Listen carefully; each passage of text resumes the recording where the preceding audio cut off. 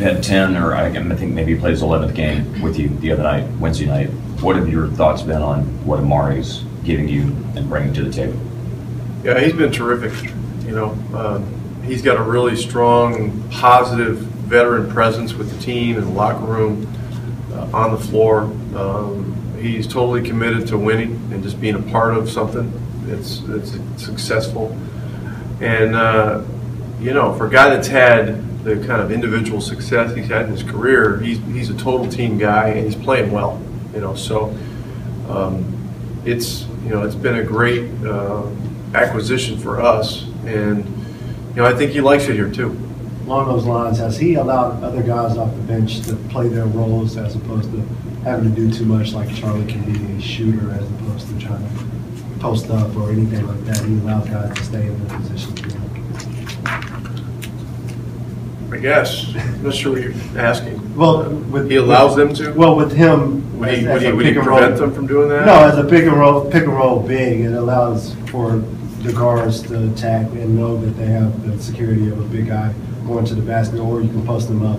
And guys like Charlie or RJ can just stay on the perimeter or be spot-up shooters more than anything. The important thing that he's done is, you know, he's given us another post threat inside, which you know, any team needs this time of year. Any team with playoff aspirations and, you know, championship aspirations,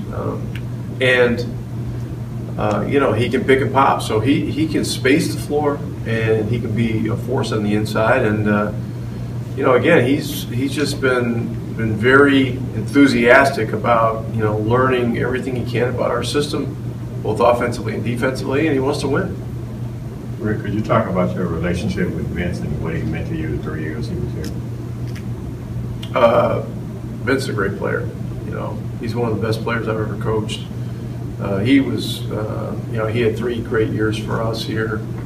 You know, when Terry left, you know, he took on, he asked for and took on the 6th man off the bench role, and you know, was very and very enthusiastically embraced it.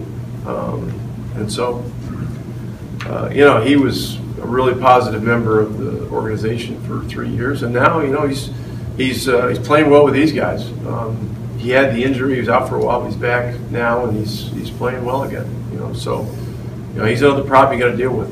How have you guys been able to replace what he gave you those last 3 years? Well, we got a new team this year. We got a new team. You know, every year we've turned it over quite a bit. But you don't just replace Vince with one guy. You know, I think it's a combination of, you know, it's Parsons, Aminu, and Jefferson kind of by committee got to give us what he gave us. You know, you get the scoring and the athleticism and it's the experience. You know, there's not one guy that's going to step in and replace a guy like that. For a guy who never sits out games, how big a deal is it for Monta that his minutes are down proportionately? Like pretty good bunch this year over last year. How much do you expect that to be a benefit to him, or has it been a benefit to him? Well, it should be a positive for any veteran player. You know, I mean, he's still young, but he's 29 is, you know, it's not like he's in his first couple of years in the league anymore. And so, you know, when he came here, you know, I think I said, you know, I'd like to keep him in the mid-30s, and the first year that didn't work out. I mean, he was over 37 a game, and that's a lot, but he can handle it. You know, he can handle it. You know, this year we wanted to get it down a little bit, and we've been fortunate because, you know, when we added Barea, we added more guard depth. You know, Harris has been healthy since the beginning of the season, and all that just helps alleviate Monta's minutes some.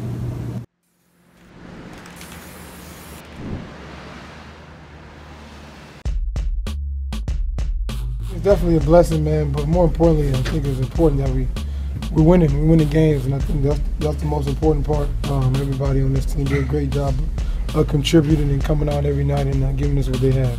You picked the number, you picked the color wave. I probably got them. Most likely, I got them. I'm probably in the 90% category of the Jordans. Maybe 88% of all flavors, but that's a high ratio. Yeah.